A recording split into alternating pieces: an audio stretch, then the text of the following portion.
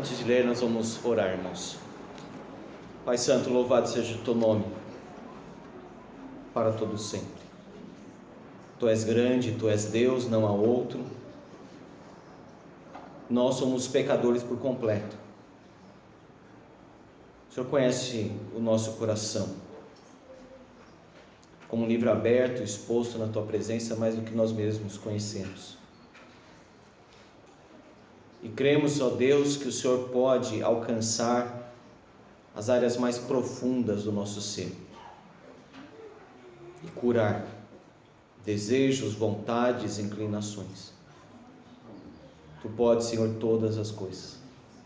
Tua palavra é poderosa. Não está em nós, ó Deus, coisa alguma, mas na tua palavra.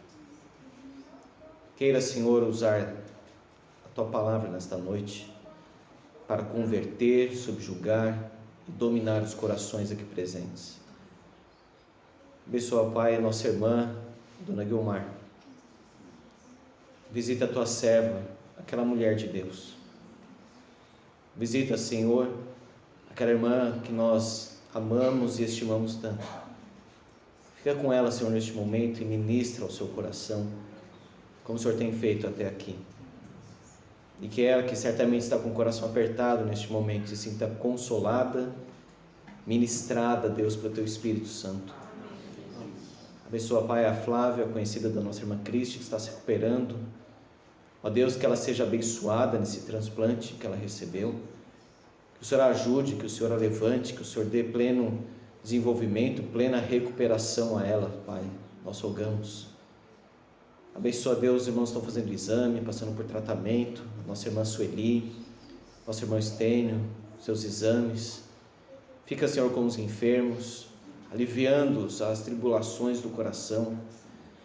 E também nós aqui, que a nossa mente esteja quieta e tranquila para ouvir a tua palavra. Sejamos completamente voltados, ó Deus, para este momento, em nome, por amor e para a glória de Jesus. Amém. Amém. Mateus capítulo 10, assim nos diz a palavra de Deus: quem vos recebe, a mim me recebe. Quem me recebe, recebe aquele que me enviou. Quem recebe um profeta, no caráter de profeta, receberá o galardão de profeta. Quem recebe um justo, no caráter de justo, receberá o galardão de justo. Quem der a beber, ainda que seja um copo de água fria, a um destes pequeninos, por ser este meu discípulo, em verdade vos digo que de modo algum perderá o seu galardão. Amém. Irmão, Jesus volta no assunto aqui sobre receber missionários, discípulos, apóstolos ou qualquer crente em casa. É Jesus que está falando aqui: quem vos recebe, a mim me recebe. Os missionários naquela época viajavam muito. Eles eram verdadeiros peregrinos, visitando as igrejas, pregando o evangelho. E naquela época, imagina só, no comecinho ali, a necessidade que tinha as igrejas, congregações e povos não evangelizados. Então esses missionários, eles precisavam de um lar para ficar, precisavam de alimentação, sustento financeiro, mas acima de tudo, encorajamento, companheirismo e amor. Às vezes nós pensamos em missionário simplesmente no sentido assim: ele precisa de uma oferta, ou ele está padecendo, ele sofre muito. E essas coisas não são erradas necessariamente, mas nós temos que pensar nesse acolhimento do missionário no nosso coração, acima de qualquer outra coisa.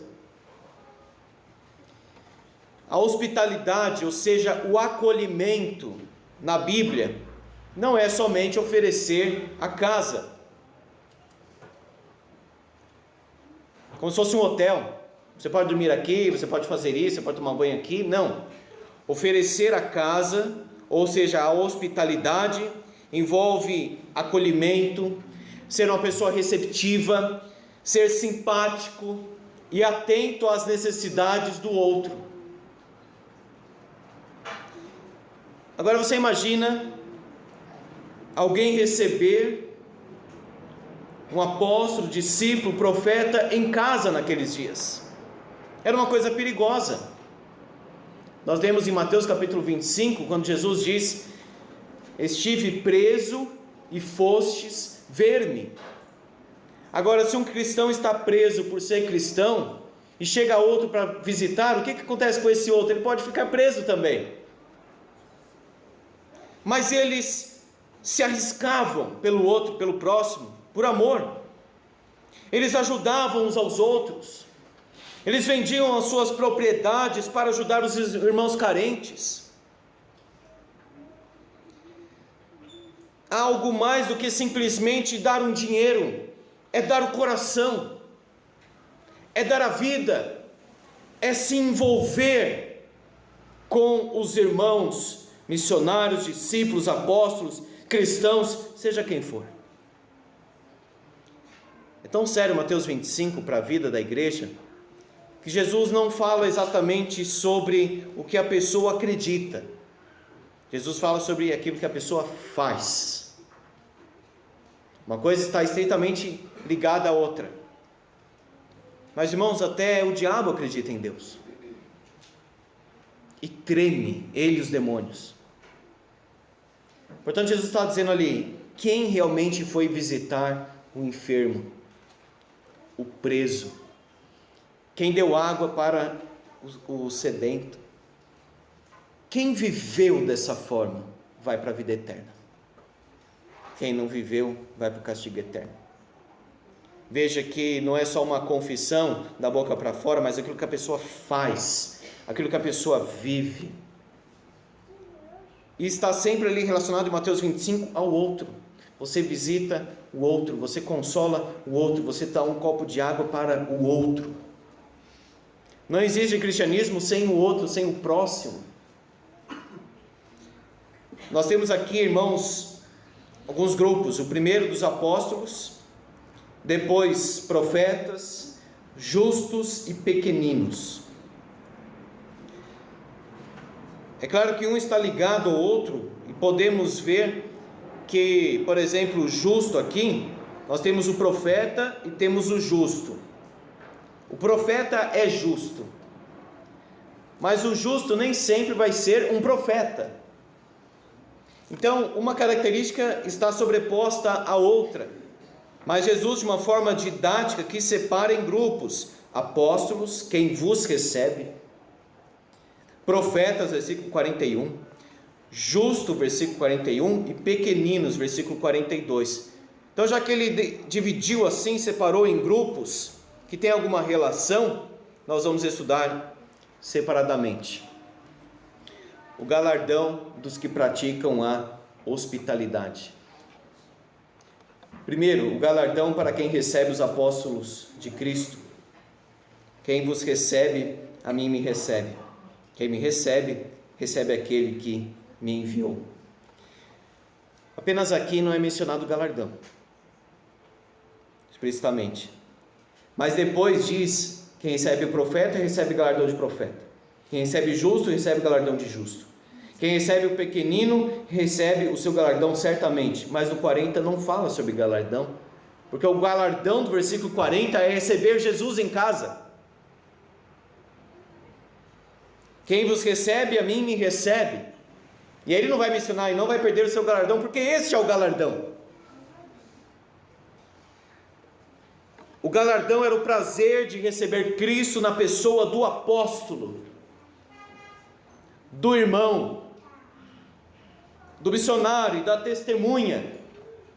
Quem vos recebe, a mim me recebe. É extraordinário Jesus falar isso. Você recebendo Pedro, mesmo com todas as suas falhas, Tiago, João, é como se você estivesse recebendo e acolhendo o próprio Jesus Cristo.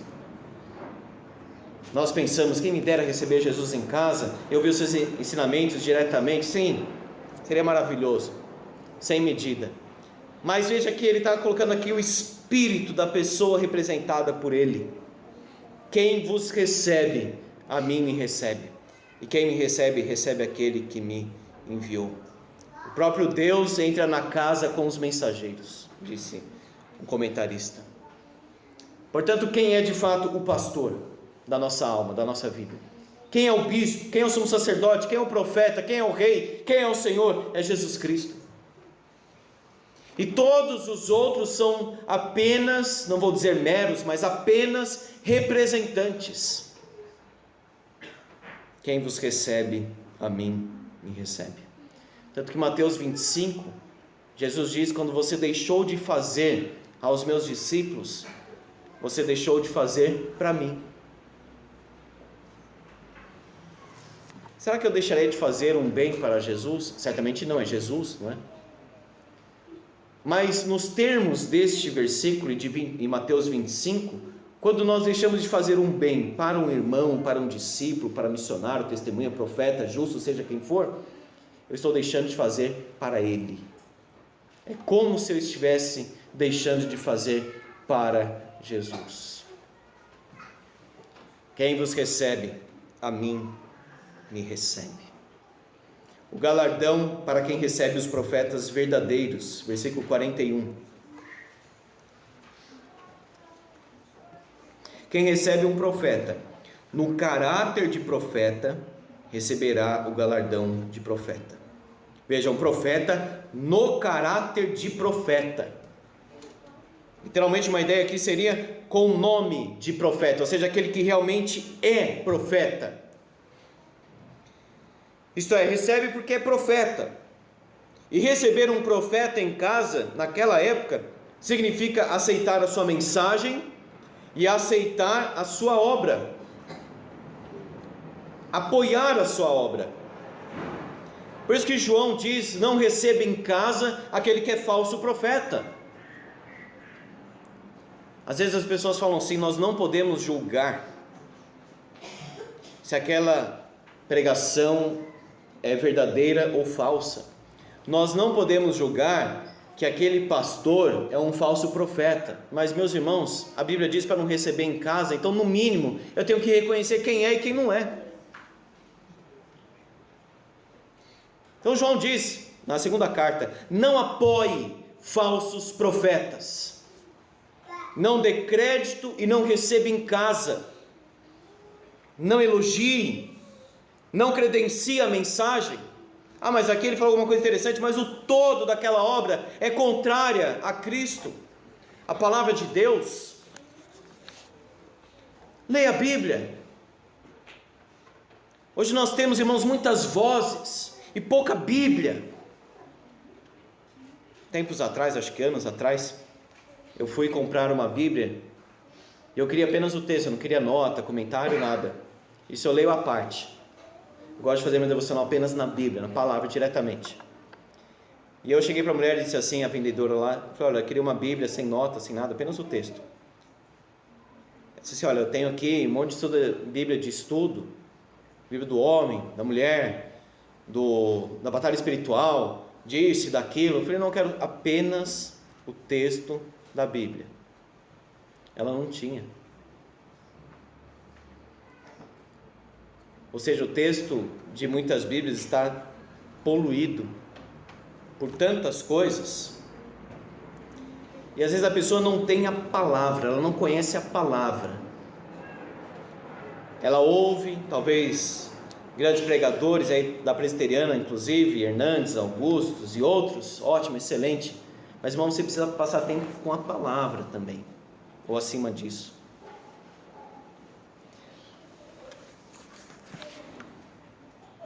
No caráter de profeta, esse nós receberemos. E quem não é profeta, é falso profeta, vamos rejeitar. Não daremos crédito nem ouvidos. Ou seja, não vamos ligar a televisão sequer para ouvirmos essas pessoas falarem. A Bíblia diz: acautelai-vos dos falsos profetas. Tem muitos hoje, irmãos, muitos. Um dos maiores sinais do fim é exatamente a apostasia e um celeiro enorme de falso profeta, por todos os lados. Receber profeta. Profeta não é aquele que tem uma visão e fala do futuro. Profeta é aquele que prega a palavra de Deus. Prega a palavra de Deus, recebe, acolhe, porque ama a palavra. Quem ama a palavra, ama o profeta de Deus.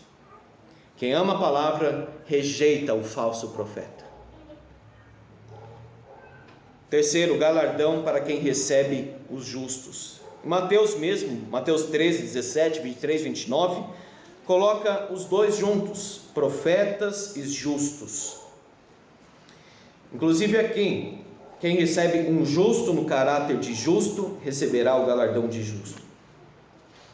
Aqui não está falando de um justo no sentido de uma pessoa perfeita ou que tem justiça própria, porque a nossa justiça é Cristo. O justo aqui é a pessoa que anda na retidão, que ama a palavra de Deus, que tem vida cristã, como Jesus mesmo falou em Mateus capítulo 5, versículo 6, bem-aventurados os que têm fome e sede de justiça, porque serão fartos. Meus irmãos, quando nós vemos alguém que ama a Deus, que ama a palavra, que ama o caminho da obediência, que ama conversar sobre as coisas de Deus, sobre a vida cristã, há uma sintonia. Nós temos gostos diferentes. Tem gente que ama futebol, tem gente que não está nem aí para isso. Tem gente que ama carro e tem gente que não está nem aí para isso. Mas há um ponto, irmãos, em que nós amamos demais. É o Senhor Jesus e a sua palavra. E quando você encontra o crente, aquela sintonia espiritual, aquela conexão do coração, você abriga aquela pessoa, você gosta de estar com aquelas pessoas. Receber um justo, no caráter de justo, não fariseu hipócrita, quem vive com sinceridade, receberá o galardão de justo. Que ama estar e abrigar aqueles que amam a Deus. Quais são os amigos, meus irmãos, que nós levamos para casa? Quais são os amigos, por exemplo, do seu filho? A Bíblia diz que luz é uma coisa, trevas é outra. Não mistura. Valorize as programações da igreja. O acampamento, por exemplo, teremos no próximo ano, momento de estarmos ali juntos. A comunhão é afinada ali, fica mais forte, fica mais segura no acampamento. Não importa o preço, irmãos, dessas coisas. Você estar ali com os irmãos, recebe o justo no caráter de justo. Igreja é lugar de comunhão. Os crentes devem acolher uns aos outros em casa, fora de casa.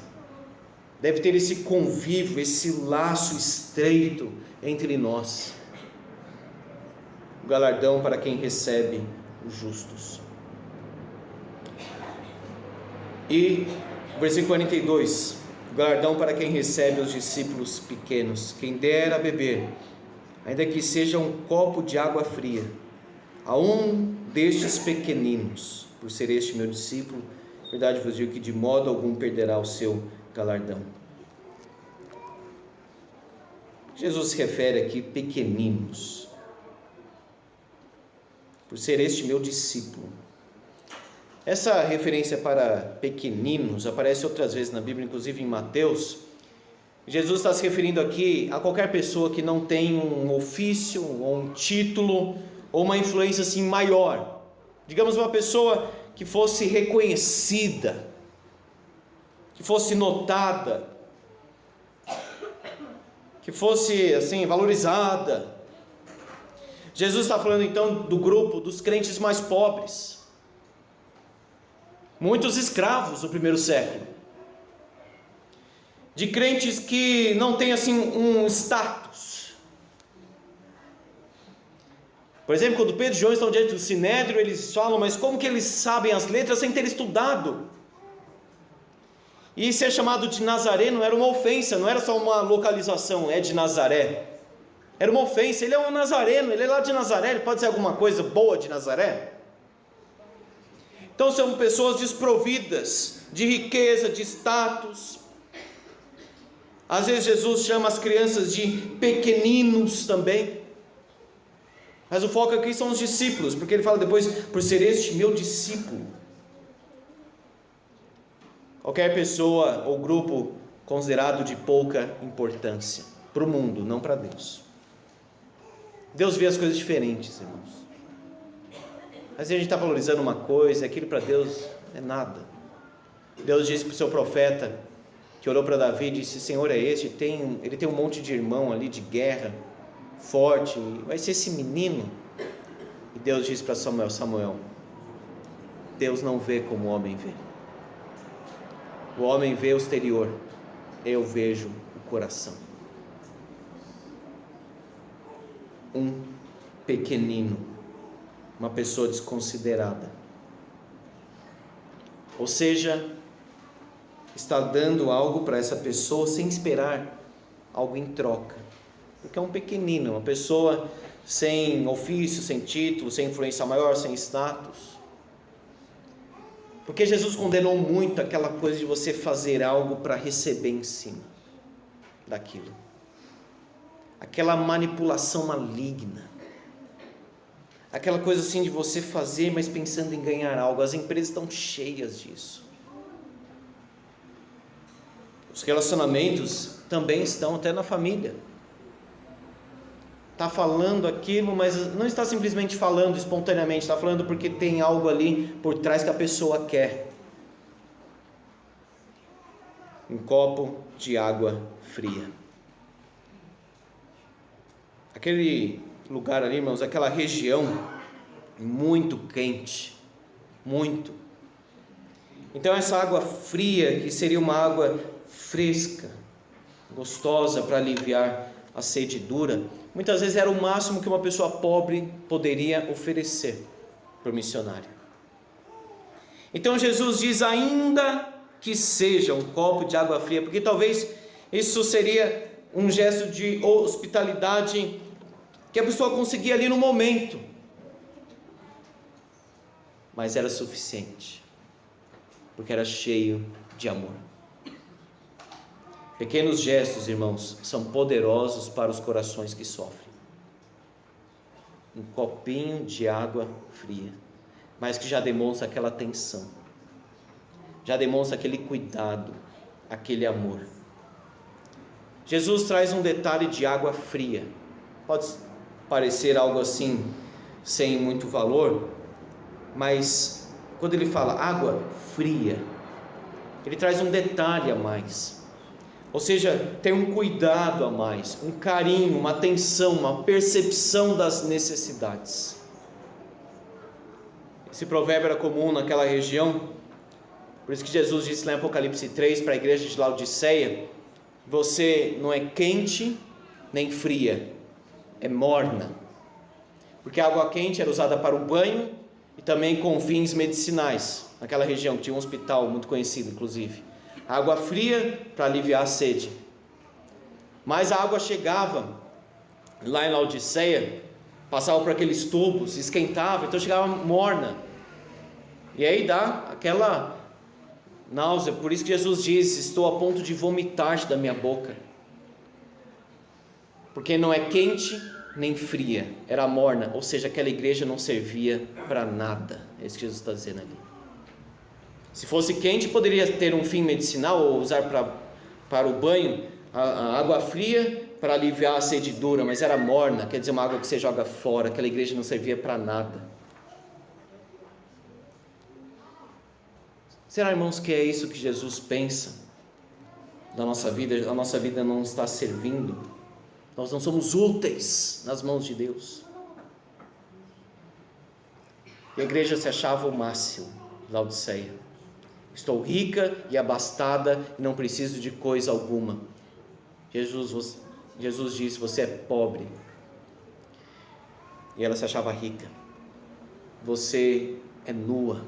E eu te aconselho a comprar colírio para os meus olhos, porque lá realmente tinha uma escola muito conhecida, no mundo conhecido da época, para os olhos. E Jesus diz então, para que você compre colírio para os olhos, para que vocês possam enxergar, vocês estão cegos, pobres e nus. Irmão, se a igreja não serve para acolher os missionários, para ter essa comunhão dos justos, dos santos, se ela não traz copo de água fria, alento, consolo, apoio para os pequeninos, para que serve a igreja nesse mundo? A igreja tem uma função, a igreja deve fazer algo em direção ao outro.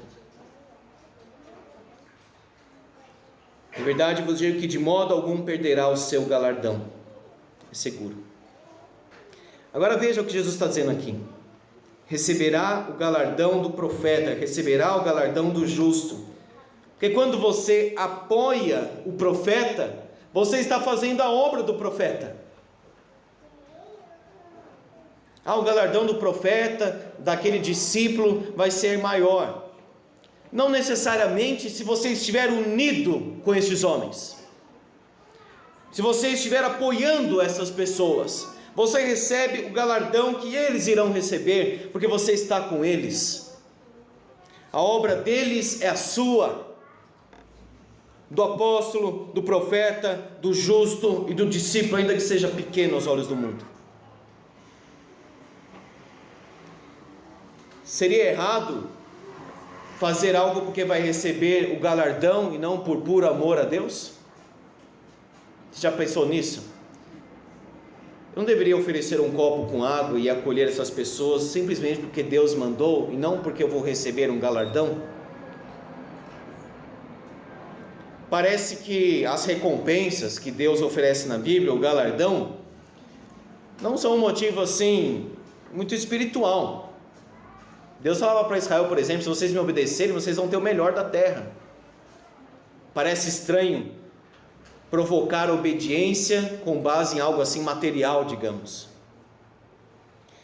Mas, inclusive alguém poderia perguntar: eu recebo o discípulo porque amo esse discípulo ou porque vou ter um galardão? Perceberam isso no texto, essa dúvida que pode levantar? A questão é a seguinte, irmãos: quando Jesus fala de galardão, Ele não fala de algo que é separado dele mesmo, porque Ele é a essência do galardão.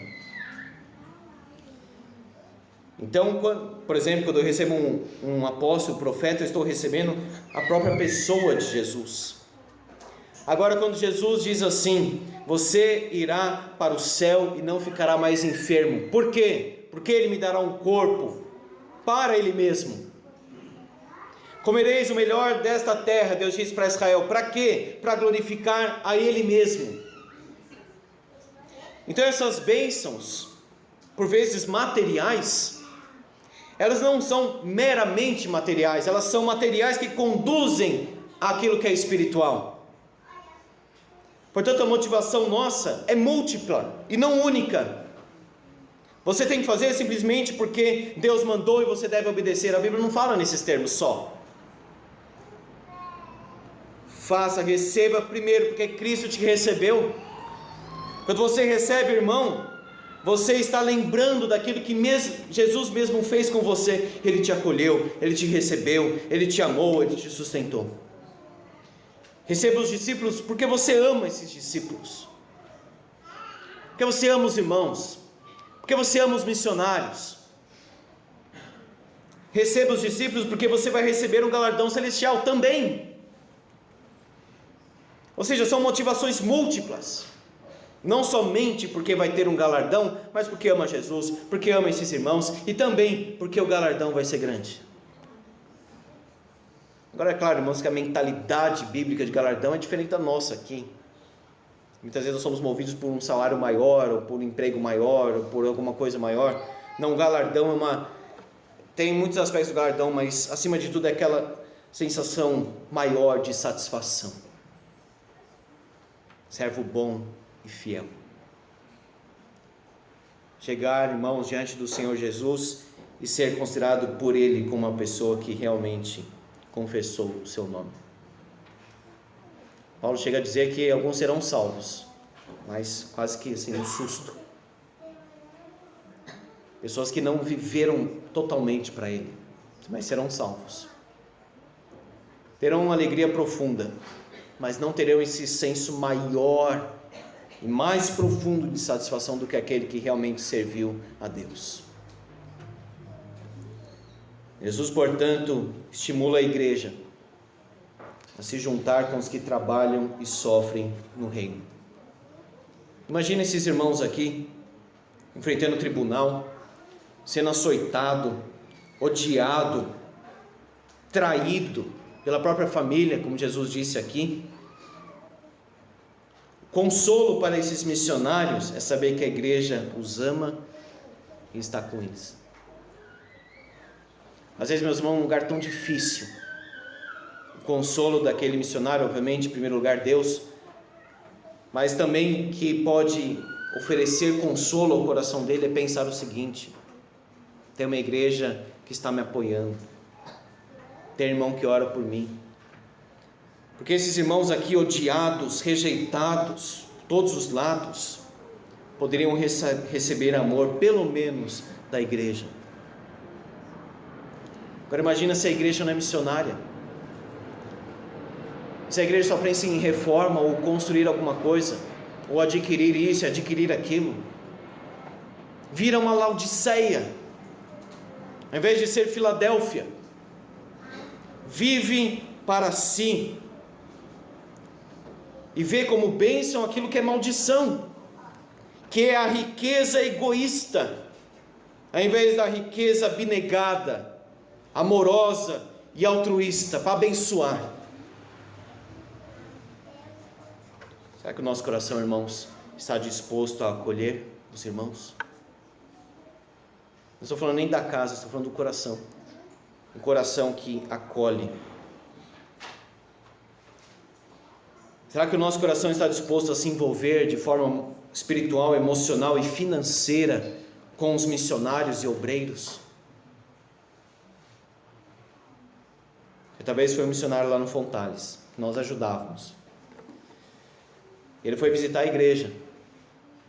Ele disse o seguinte: eu vou mostrar o que Deus realizou por nosso intermédio, ou seja, da família dele e da igreja.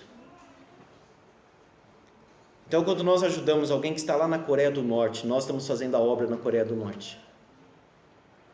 Quando nós ajudamos alguém que está na África, na Espanha, na Itália, ou em qualquer lugar deste mundo, inclusive o Brasil com os índios, é como se nós mesmos estivéssemos lá. E por isso que o galardão dos irmãos vai ser o nosso também, porque nós estamos com eles.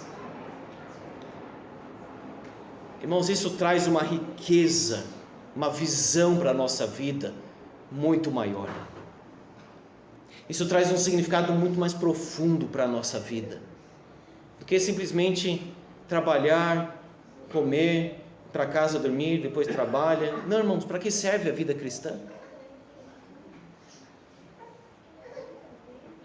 Podemos colocar então nossos tijolos no edifício missionário que Deus mesmo está levantando. Vamos ler Mateus capítulo 25 para encerrarmos.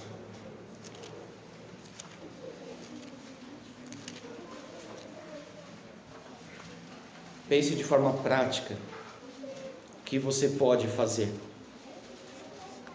quem você pode visitar, quem você pode evangelizar,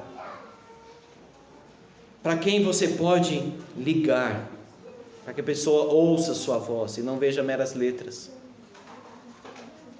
O que você pode fazer em termos práticos? Que missionário você pode ajudar? Que essa igreja não cresça se não for crescer também no sentido missionário. Mateus 25, nós vamos ler novamente, versículo 31. Quando vier o Filho do Homem na sua majestade e todos os anjos com ele, então se assentará no trono da sua glória, o trono branco de Apocalipse. Todas as nações serão reunidas em sua presença, todas. Inclusive Apocalipse diz: o mar deu seus mortos, E ele separará uns dos outros, como o pastor separa dos cabritos as ovelhas. Porá as ovelhas à sua direita, mas os cabritos à esquerda. Ou seja, tem gente que é ovelha, tem gente que é cabrito, tem gente que conhece Jesus, tem gente que não conhece. O que identifica um discípulo de um não discípulo? Um filho de Deus daquele que não é filho de Deus. Então dirá o rei Jesus aos que estiverem à sua direita: vinde, benditos de meu Pai, entrar na posse do reino que vos está preparado desde a fundação do mundo. Imagina o dia que você vai ouvir essas palavras. Porque tive fome e me destes de comer, tive sede e me destes de beber, era forasteiro e me hospedastes, estava nu e me vestistes, enfermo e me visitastes, preso e fostes ver-me. Olha o que eles fizeram. Agora, irmão, se você nunca faz isso, se você não apoia quem faz, etc., fique preocupado. Talvez você não ouça essas palavras. Então perguntarão os justos: Senhor, quando foi que te vimos com fome e te demos de comer? Ou com sede e te demos de beber? Quando te vimos forasteiro e te hospedamos, ou nu e te vestimos? E quando te vimos enfermo ou preso e te fomos visitar? O rei, respondendo, lhes dirá: em verdade vos afirmo que sempre que o fizestes a um destes meus pequeninos, olha aí, meus pequeninos irmãos, a mim o fizestes. Quando você faz um bem para o filho, é como se você fizesse para a mãe. Você olha para a mãe, ela está rindo, como se fosse para ela aquilo, para a mãe e para o pai. É a mesma coisa, que uma proporção muito maior, certamente. Quando nós fazemos um bem para um irmão, discípulo nosso, Jesus se alegra, como se estivéssemos fazendo para ele. Então o rei dirá também aos que estiverem à sua esquerda: apartai-vos de mim, malditos. O primeiro grupo era benditos, agora malditos, para o fogo eterno, preparado para o diabo e seus anjos. Porque tive fome e não me destes de comer. A comida era só para essa pessoa, e não sabia o que era dividir o pão. Tive sede e não me destes de beber, e nem sabia que o outro tinha sede, não estava nem aí. Sendo forasteiro, não me hospedastes, eu não conhecia o coração do estrangeiro. Estando nu, não me vestistes, viveu para si.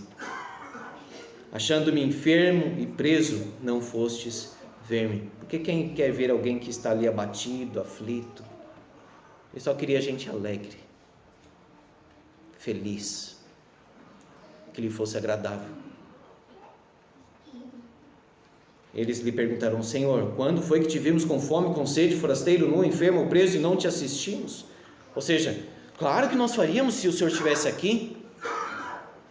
Então lhes responderá: em verdade vos digo que sempre que o deixastes de fazer a um destes mais pequeninos, a mim o deixastes de fazer.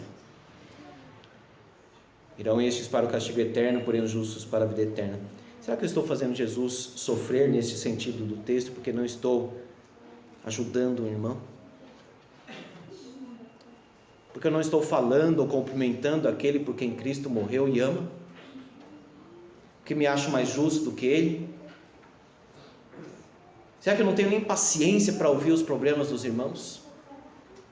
Será que eu não tenho o hábito de visitar, de aconselhar, de ajudar e de orar pelos outros? Já percebeu que muitas vezes nossa oração é enorme, desse tamanho, por nós mesmos, nossa família, depois vai interceder, mas quem precisa mesmo? Aí ora só um pouquinho, assim, quase nada. É a nossa tendência egoísta, irmãos, de orar mais por nós mesmos do que pelos outros. Paulo diz: aquele que trabalha, faça isso, para que tenha com que acudir ao necessitado. Nós trabalhamos, e é bom poder adquirir coisas, comprar, etc. Mas veja que é um propósito maior, que é acudir os irmãos necessitados. Isso faz parte da minha vida e da sua. Pense nessa mensagem. Tome uma decisão. Decida diante de tudo que eu estou falando. Eu vou passar a fazer isso e aquilo. Nem que seja um copo de água fria no começo. Mas pequenos atos pequenas mudanças, nos tornando maiores e maiores e maiores. Mas não esqueça dessa mensagem. Em nome de Jesus. Amém.